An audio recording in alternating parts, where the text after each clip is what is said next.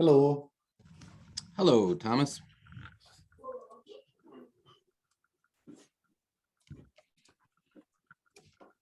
How are you? I'm all right. I'm working on a paper. I'm presenting at Open Source Summit next month on Kubernetes as your cloud control plane. Okay. So luckily, nice overlap with everything I'm doing here. So I've been thinking about that a lot. Will you join KubeCon next week? No, I'm not going to KubeCon. Okay. No, I'm going to try to go to Detroit if you come to the US, because I'm in Chicago, so not too far.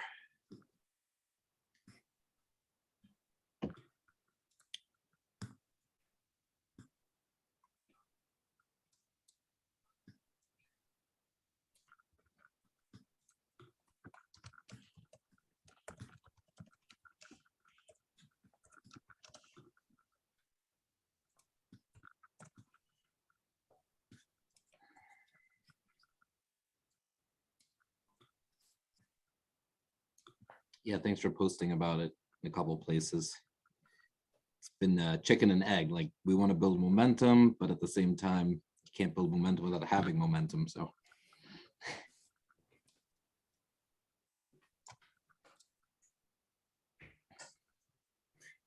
Yes, so I tried to make some buzz around it, but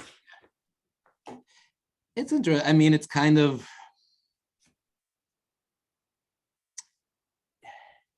could be that people haven't concretized the problem space enough. It's kind of one of my theories. There's no catchy term for it. It's integration. That's definitely not catchy. Nobody likes middleware and integration, but I feel like infrastructure is the new middleware in some ways. yes, but I thought the combination of both things might be very interesting for many people. Yeah, like I think it is, but I think there might people just, I don't think there's a catch-all term. Like when you're trying to coordinate your app with infrastructure, you just think, oh, it's an integration problem. I got to work with my CI/CD team, and what we're trying to do is kind of level that up. Is say, hey, we got 20 different companies, each with their own bespoke CI/CD pipelines to coordinate all this stuff. Let's learn from each other and develop some patterns. And and like it could be in like a year, we'll come up with it will just, the light bulb will flash for one of us, and we'll be like, this is what we have to do, and then that will become the trend or something, But we're still in those murkier waters.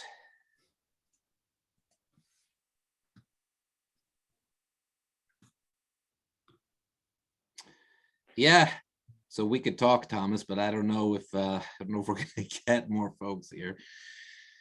I was hoping on the multi-tenancy stuff, something I've been going through a lot is the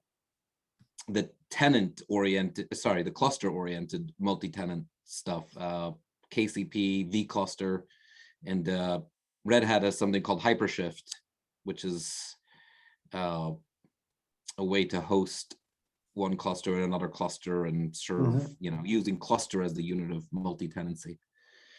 That was one of the things I kind of thought we might talk about, is namespace versus cluster as unit of tenancy, and also multi-tenancy for other infrastructure besides clusters. That would be pretty relevant to us. Like, I'm actually just started thinking about that, like databases, is that a problem? If I declare, a crunchy database in my namespace, is there any issues with someone else, in another cluster namespace? Probably would be more the opposite direction. Like, hey, I declared it in mine and I'm the only one that can access it, but now you need to access it too. So how do we share out of the multi-tenant?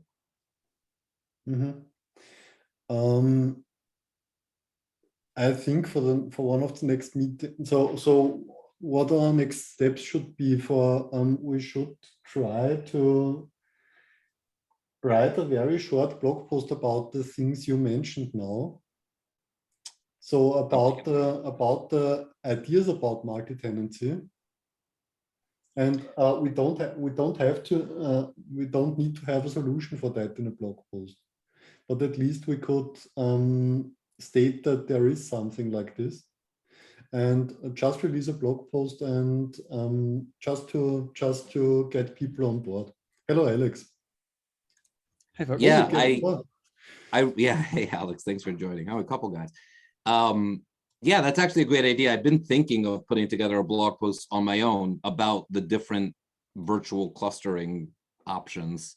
So yeah, if we want to publish it under Tag App Delivery and use that, yeah, I can do that. I can share that.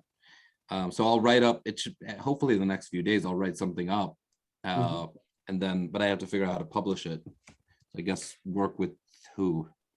After you have written something, just tell me or Alex that something is finished, and we will try to find out where we can publish this.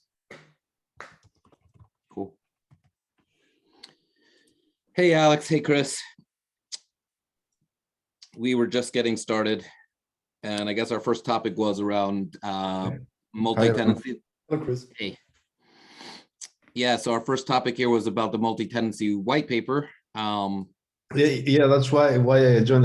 It's been a while since the last time I joined. I wanted to check what's happening with that, and if you need any help somewhere. Yeah, I think we definitely need help on this paper. We could lead, we could use someone to lead the effort. I think right now we might discuss what it would contain. Some of the things Thomas and I were just discussing were, I was talking about cluster level tenancy, but another thing is tenancy for other aspects of infrastructure. So yeah, I just wanted to open the conversation about, what we think is going to be in here, and yeah, can somebody kind of take the next steps? What are the next steps? Just as a question mark, I just want to clarify, is there already a SIG for Kubernetes involved in this, or are we okay to proceed without that? Kubernetes has a SIG multi-tenancy, and they actually, I dropped into the doc here, into our notes doc, which I can share the notes, a link to their doc, which they're about to publish. Here. So this is our doc, our notes doc. And then in there, here's this doc of theirs. It's actually pretty helpful. So that's, yeah, so I guess one of my questions is kind of, how do we add? What's our value that we're adding to this doc, which is really about namespace oriented or cluster oriented multi-tenancy in Kubernetes?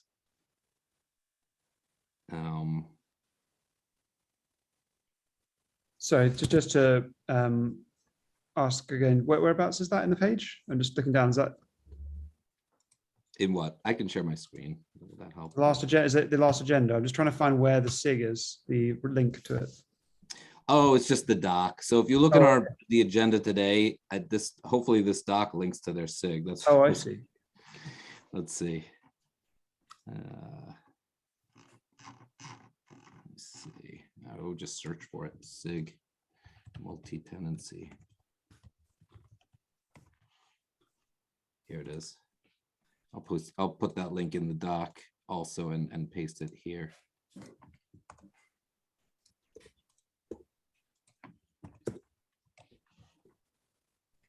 Let's write that down. Yeah, so I don't see any activity on this SIG. For 5 months. Yeah, I don't know. I just know this paper that they're working on. I've been following that one.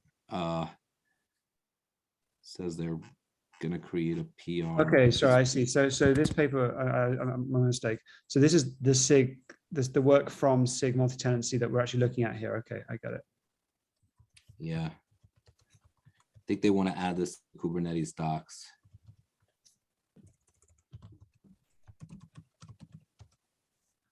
Then it might be a better use of time to contribute to this doc to this white paper than to release one that would be confusing. I didn't believe that this project was actually going ahead from when we proposed this, but it seems like it has been going on in the background. Yes, exactly. They meant, the reason I know about it is because they, in the thread, they mentioned that they're working on it. And what we kind of said is we would be broader than Kubernetes. Yeah, so I guess that's the question. That's a really interesting stance, like being broader than Kubernetes. Like what do we encapsulate into that, right? Like that could be anything. Yeah, I didn't say it. Let's see. We started our doc here. Please make that public. Yeah. We can document there aren't.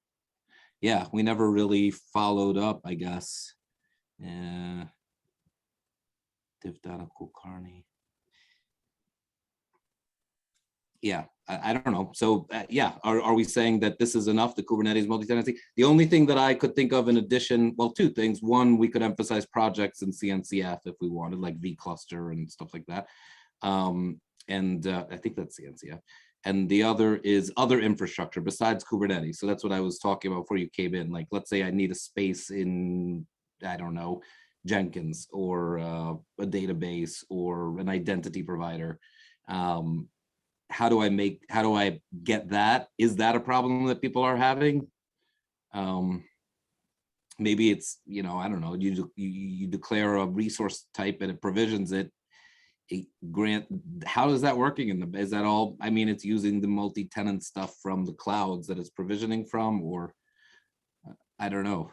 I think that's that's an interesting story, the idea of multi-tenancy in the sense of secret management and CI/CD, because they often track to the organizational Active Directory structure, right? And there's a strong difference between that and the way that Kubernetes thinks about multi-tenancy. vCluster, whatever you're using, everything seems to be namespace constrained, but that's not backed by any kind of regular, there's nothing that really checks that. It's all kind of an automation process to create a namespace. It's not actively then mapped and deleted. So an example would be that if you delete a group in Active Directory, I don't think anybody is really using that to map to Kate. So I think we're still at quite an interesting point in the history of how this stuff all pulls together. So that I feel like it might be worth almost adding a stanza or a paragraph on the white paper for the SIG to contribute some thoughts around that potentially. So what I found out is that the thing which we have in front of us is not a white paper per se. This is only for the Kubernetes documentation. Oh, that's interesting. Okay. So as far as I've seen, so in the top they wrote that this is a working document to define an outline for a multi-tenancy focused section in the Kubernetes document. So this is not a white paper, in my opinion. What do you mean by that, Thomas? What is a white paper exactly? What makes something a white paper? That it's something you can publish in one in one thing, and this is part of a larger thing. So it's standalone. Like this, you mean this depends on other documents? I think so. So I'm not sure how this will be how this will be published in the end. But as I said, it's only a part of a documentation. There was an issue somewhere where they were talking about it. I can't find it right now. Maybe I'm thinking of something else. I guess that's fair, but Thomas, if that means that this white paper contains all the content we need, it's just not in the right format. Is that? Yeah, I pasted the issue from GitHub that you mentioned, Josh. I think this is the one. So from what I understand, they're trying to, with this document, they're trying to close this issue. So yes, it's not like a white paper. It seems to be like an addition to the Kubernetes docs. which like I don't know exactly what's the difference between the white paper and the docs, but yes, it seems to be more relevant to the doc. I'm going through it as we speak. I haven't seen that before, so.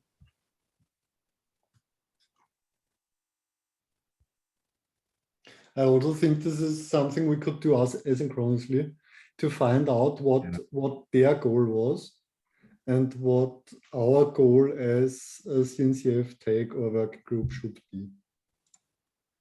Because they are mainly focusing on Kubernetes as far as I've seen, but they are not as much focusing on the landscape and so on.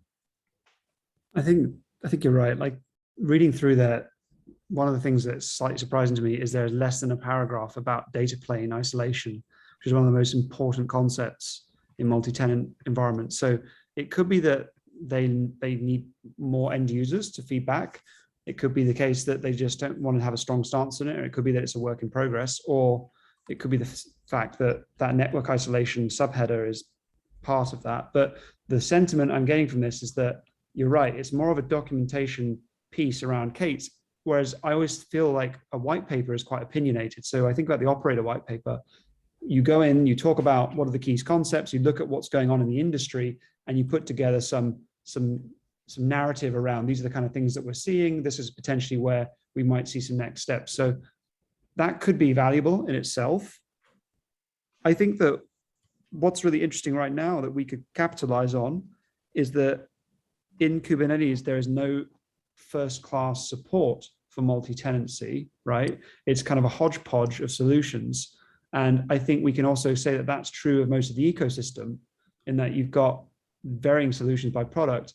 And what we could focus on in our paper is the pain points potentially, and how people are solving these across organizations. So I also think of this as we did it in the operator white paper, that there are many solutions for multi-tenancy. And yeah, I think what's more interesting is talking about the different solutions. Right, like actually interviewing folks who are working at companies that are, so for example, Jenkins, a common solution is to use Jock and then to have federated Jenkins instances, but then that doesn't scale. You know, if you've got 1,000 teams, you don't want 1,000 Jenkins instances. Like, there's a whole bunch of interesting complexity issues around multi-tenancy. Yeah. Even what you were saying, like the name, yeah, we kind of rely on a namespace to do tenancy in Kubernetes, but then when you provision the resource, is there any like tag that you came, like if I'm in an AWS database, does it have awareness that it came from my tenant in Kubernetes? Like that might be relevant even for sharing. So, you know, breaking down a barrier, like I need this resource to be usable by another team also, like S3 bucket or something. Yeah, and I mean, this also lends itself to how cloud providers do multi-tenancy, right? Because they have to deal with these problems from a regulatory perspective, as you know, as in the actual disks that they lie on need to have that that isolation between the data. So I think it's a really interesting, quite deep subject. From what I see there's a good effort from those folks, but we could definitely add some interesting narrative and opinions, I think. Yeah, I'd like that you brought up cloud providers, like let's say RDS or something. Like how does Amazon, well, that's easy because they're in machines, but let's say the serverless one, how do they handle in like Lambda multi-tenancy? And then actually that will tie back to our enterprises. Like if you run your own database operator, that's where it's going to come up. If you run an operator in the class, in the, not the open, okay, you guys know what operators are. Like how does that achieve assuming it's a cluster-wide operator, yeah. Cluster-wide CRD. Just to play devil's advocate, this could actually also be an interesting point for the V2 of the operator white paper, is to have a segment on multi-tenancy, operators in multi-tenant environments. And that could be another interesting piece. I hear that. Especially because CRDs aren't multi-tenant aware, right? You can't have multiple custom resources of the same type. So I think we've got options. I think that should happen regardless. I think there's another group, or there's some work being done on the operator white paper we're going to revisit. I think that should be part of it independently, but there's definitely a follow-up around the other part of the wider context of multi-tenancy. Do you think we should put down all of the ideas we had now together and publish a blog post about this to get some people interested and find out if there are companies which want to participate here. You think for which bit? For writing a V2 of the operator white paper? No, for the multi-tenancy white paper, or whatever this will be. I do think that saying you're writing a white paper tends to attract quite a lot of interest if it's coming from the CNCF, because everyone wants to be involved and to have their voice listened to.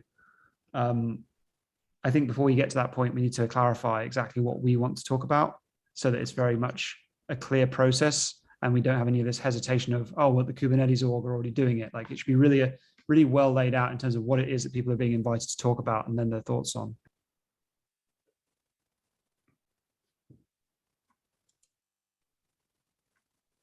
So then at least I think it would make sense to write all of these things together. Yeah, I think you're right. Okay. Would it be, I have a hypothesis that a lot of these white papers get written mostly by one person and then a lot of people edit them.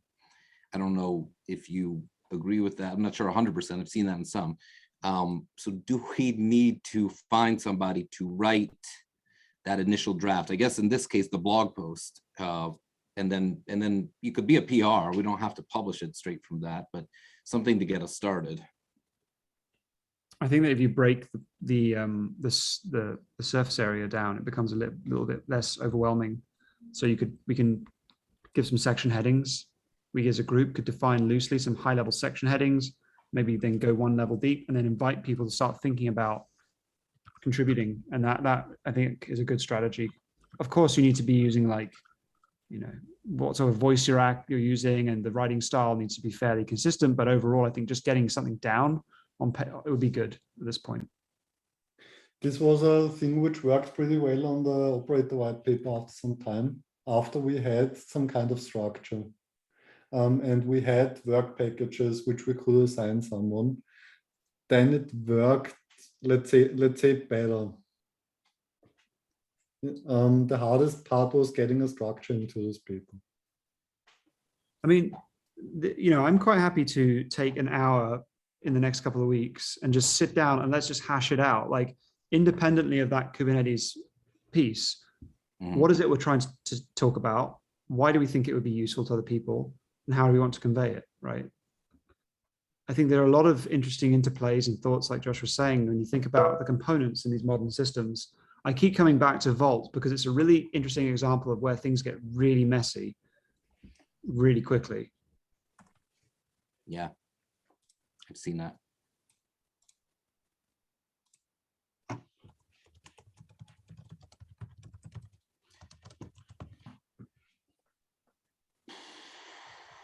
So do you think it makes sense in, sorry. I was just going to say, one other piece of advice I've noticed is that keeping these groups small tends to be the best way to begin with. Like 3-4 people, that's fine. You know, like this group here is enough to drive the start of a paper. Yeah, I agree with that. I'm a little hesitant, I mean, to assign it to any of us, to be honest, because we're already doing most of the work anyway. That's why I don't want it to just be, you know, Josh and Thomas and Alex putting 4 white papers together. I mean, that's good, but maybe, I mean, I would love, Chris, if you want to take the lead on this and if you want to put together a section or outline a blog. I'm just trying to reach out and find other folks that want to, you know, but don't do it if it's not valuable to you. Like, I know not everybody is working on multi-tenancy, so. Well, this is very interesting to me as well, but I cannot guarantee like what's my availability in the coming couple of weeks. That's why I'm a little bit hesitant. I wanted to understand a little bit more about what's the work involved before I commit to anything, because I wouldn't like to let everybody down. So I will think about it. I will go over the documents and the notes that you've kept, Josh, and yeah, I'll get back to you at least before the next meeting. All right.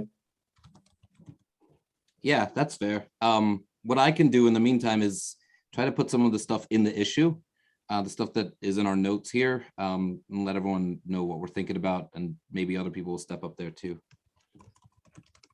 Okay, so the plan is that in the next couple of weeks, we will reconvene to have more of a session around the specific paper, like actually hash it out and try and think about what is the story we're trying to tell here? What is it that we're trying to achieve? And then from that, hopefully we'll be able to identify some topic areas in the paper. We might move them around later on. Once we've done that, it makes it easier for people to start thinking about contributing. Does that make sense? Well, the one issue I have, so yeah, that's great. I would love a working session. Who's going to lead that? That's why. Do you want to lead that? I can lead it. It's fine. Just, Okay. if you invite us all here and whatever, just say, make a public announcement saying as well, we're doing this, but Yeah. keep it an open door. That would be cool. Should we do the same thing as for the operator V2 white paper, so as a dedicated session for that? Or should we do this in the next cooperative delivery working group meeting? I guess it could be in the cooperative delivery meeting. I don't want us to only be about multi-tenancy. But yeah, we don't have much else. So, Or should we do should we say the next meeting is about this? And because there are not much topics on the table, to be honest. And drive these efforts forward in the first step.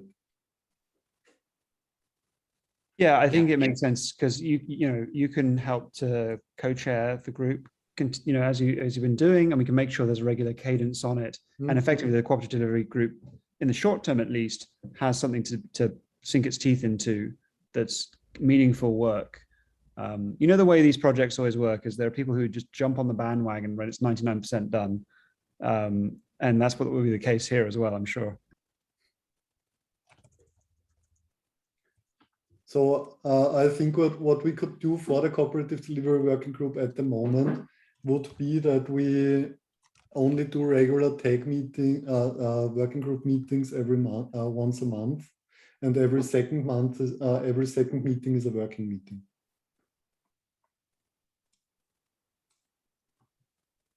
With a dedicated title and whatever, just for people to know, yes, in this working group meeting we can do so. In this meeting we are dealing especially on the multi-tenancy white paper or whatever.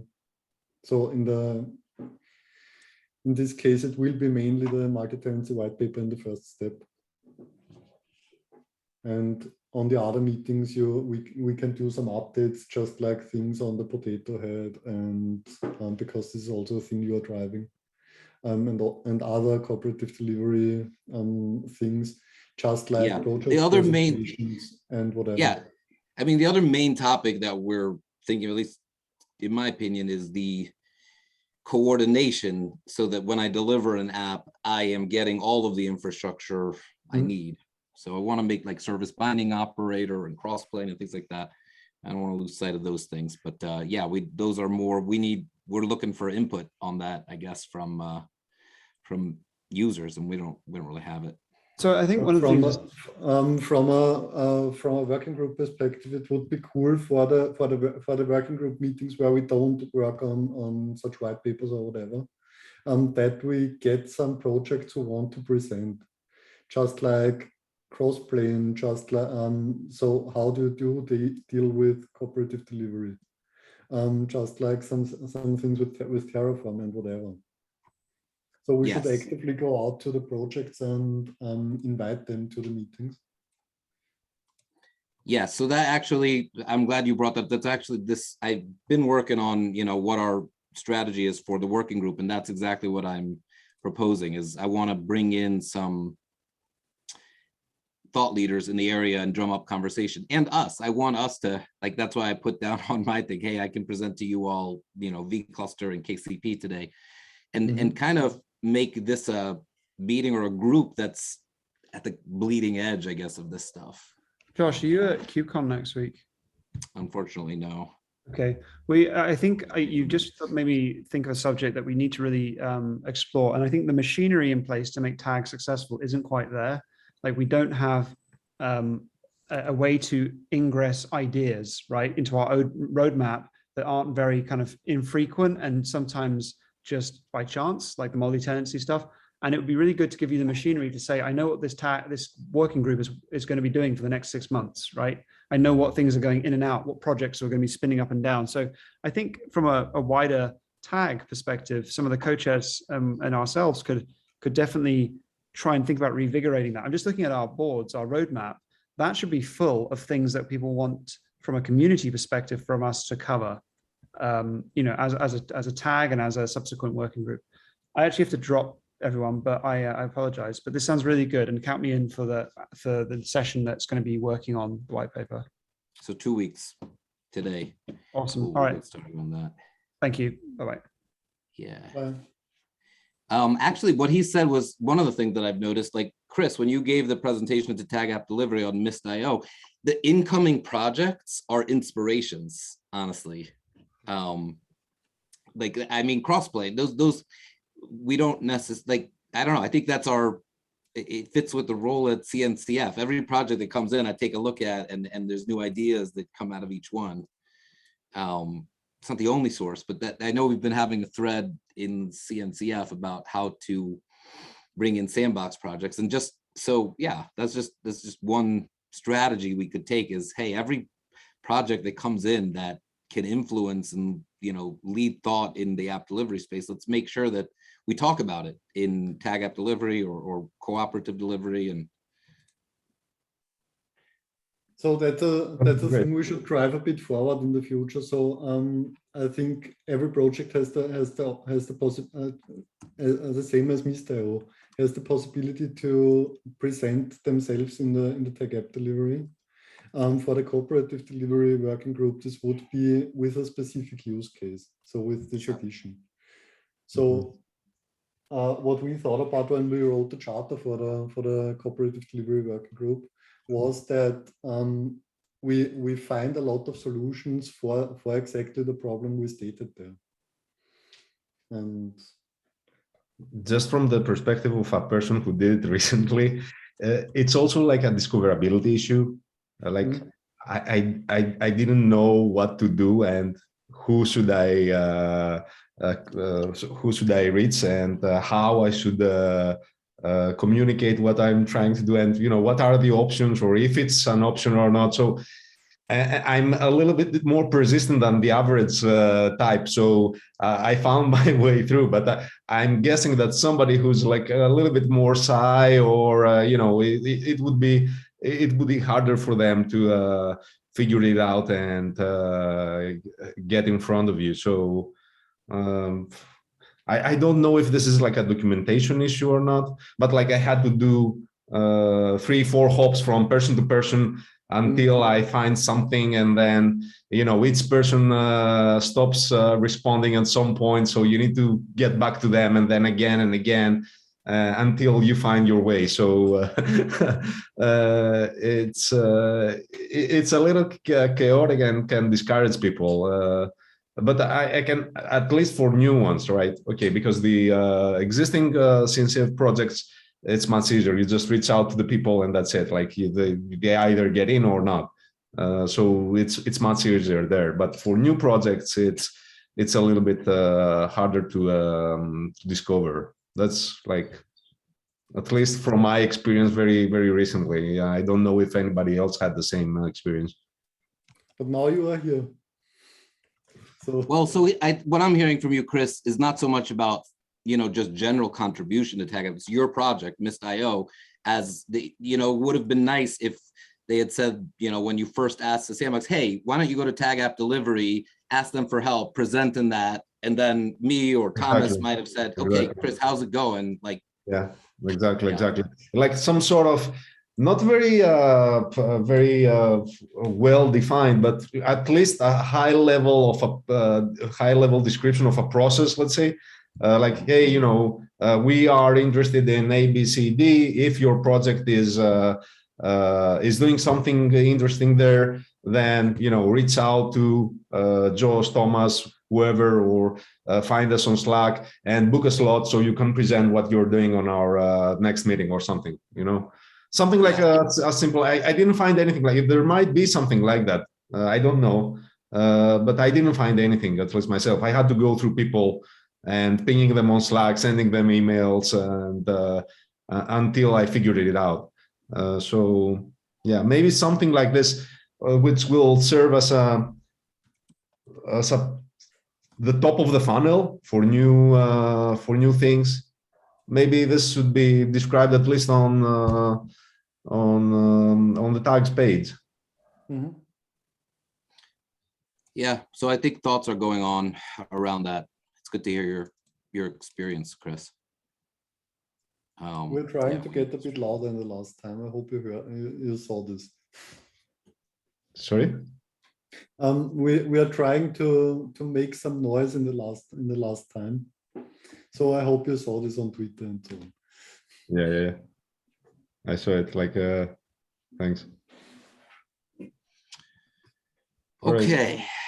I need to go as well. I will. I saw just that you kept a lot of notes, so I will also look into what's in the multi-tenancy document by that you shared, and yeah, I'll reach out again. Is Slack the best way to do this? For me, yeah. Yeah. Okay. For me too, yes. All right.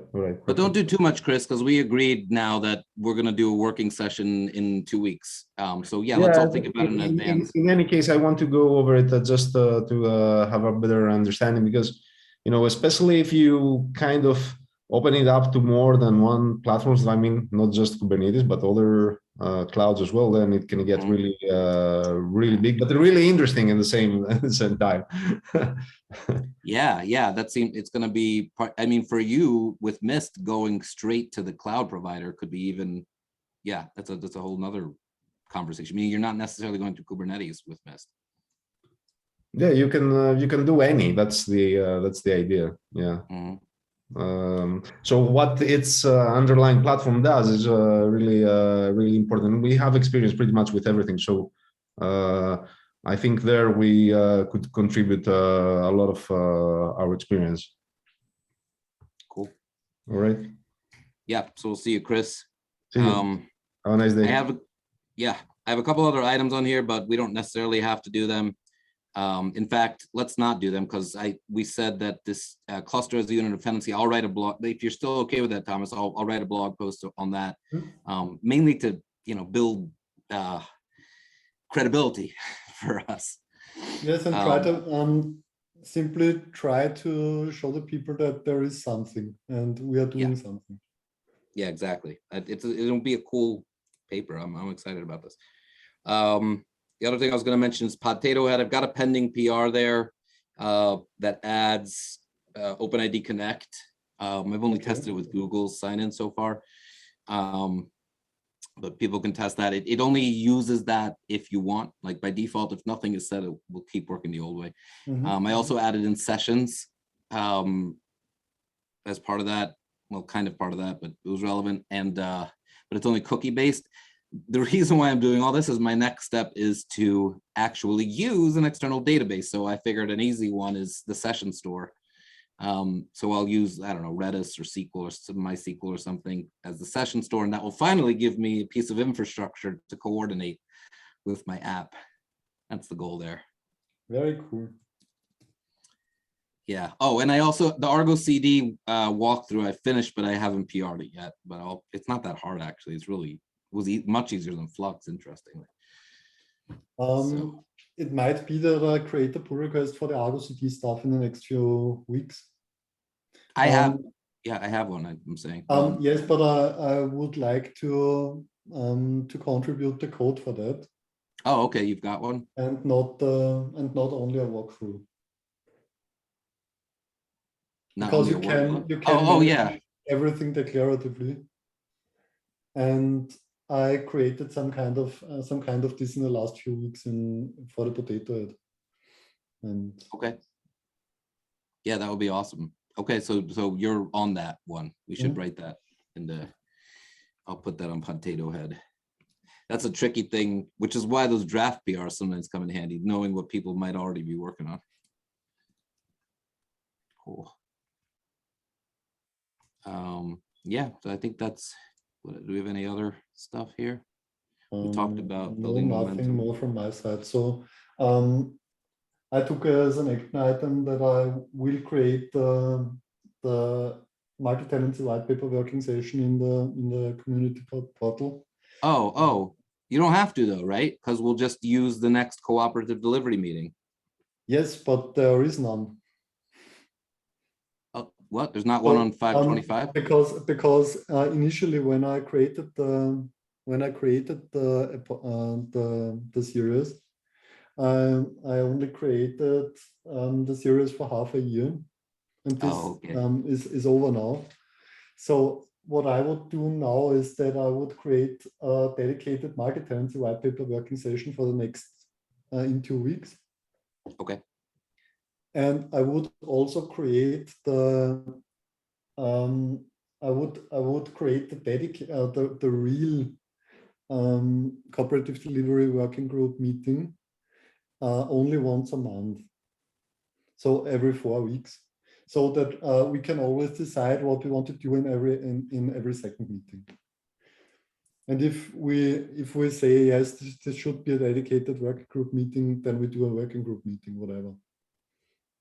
That's But fine. I want mean, to. not much I going on. think it would make sense to reflect the topics of the meetings in the meetings, that the people know when they take a look on the tech app delivery community side.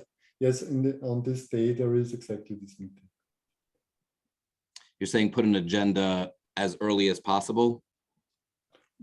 We have an agenda. This would be nice. Then simply reach out to me, and I will can also add to the community.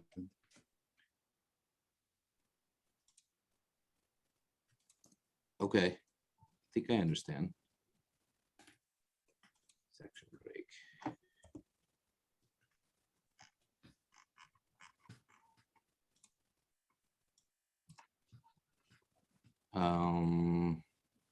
Okay, so I think that's all for now. So it will be on the 25th of May, and at the same time as today.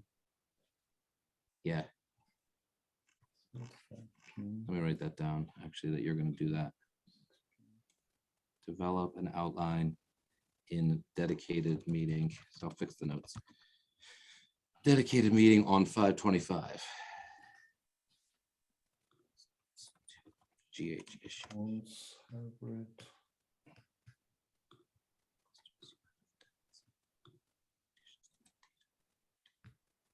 Yeah, I'm actually thinking of using Potato Head for my talk at Open Source Summit. It's it'll be a nice piece to be able to say, hey, you can try this on your own with Potato Head. And here's I've actually, it's all in there already. I don't know if I'll be able to get that far, but.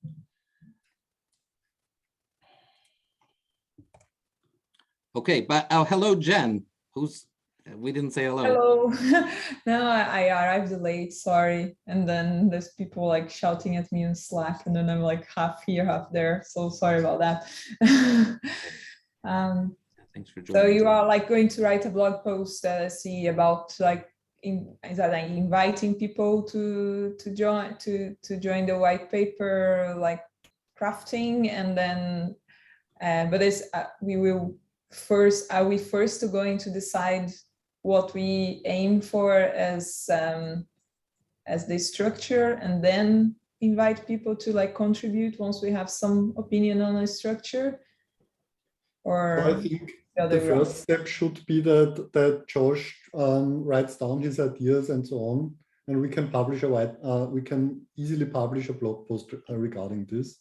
Mm-hmm. And in the second step, we could we agreed on having a working session regarding the white paper, finding out the structure of the white paper. Yeah. And afterwards, we could also write a short blog post about the things we thought in there. and Mhm. try to attract people to work on to also work on the white paper. Little digest. Yes. Yeah, the first one, what I write is going to be just like a technical thought leadership that says, and we're thinking about this, so come help us. And then the next one, after we have the meeting and have, you know, a rough outline, will be, all right, now we have the rough outline, come join us, something like that. Sounds Mhm. good. Yeah.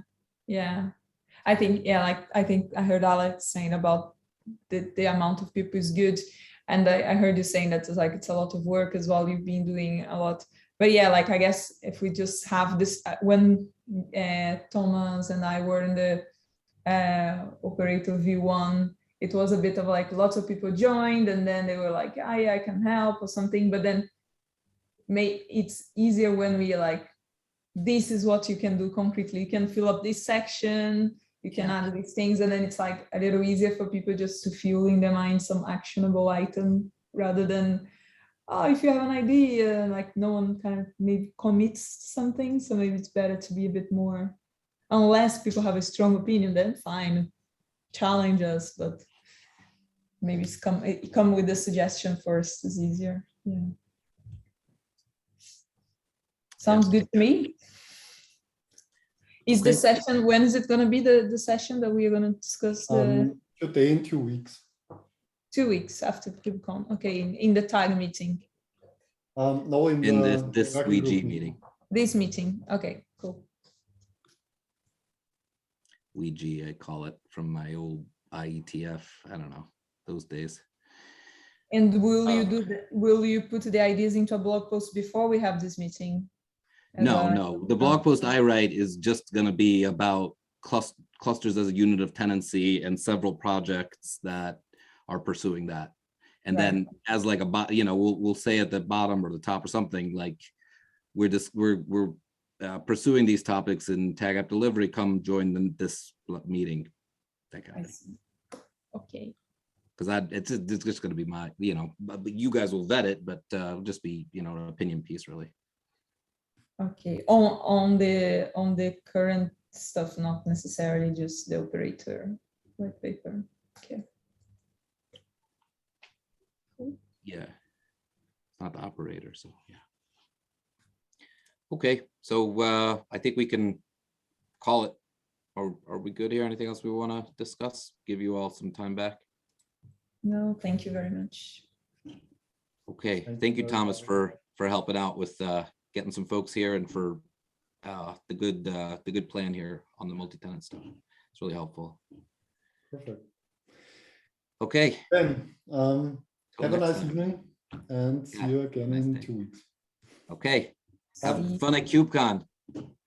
Yeah, enjoy KubeCon. I feel like FOMO now. I'm like, I want to go. Yeah, I got the invitation for a party, a cruise Dynatrace party. I was like, what? Yeah. Yes, that you are not there. Thomas, you need to give me a Dynatrace shirt. Send it to Alex. I'll meet Alex in London and I'll pick up. Get a female size one for me, please. I think it needs to add that you have. Sorry. I think this might be possible. Yes. Send to him. I didn't ask him, but like give it to him anyway. Cool. Right. Perfect. See you later, folks. Okay. All right. See ya. Thank you. Bye. Bye-bye.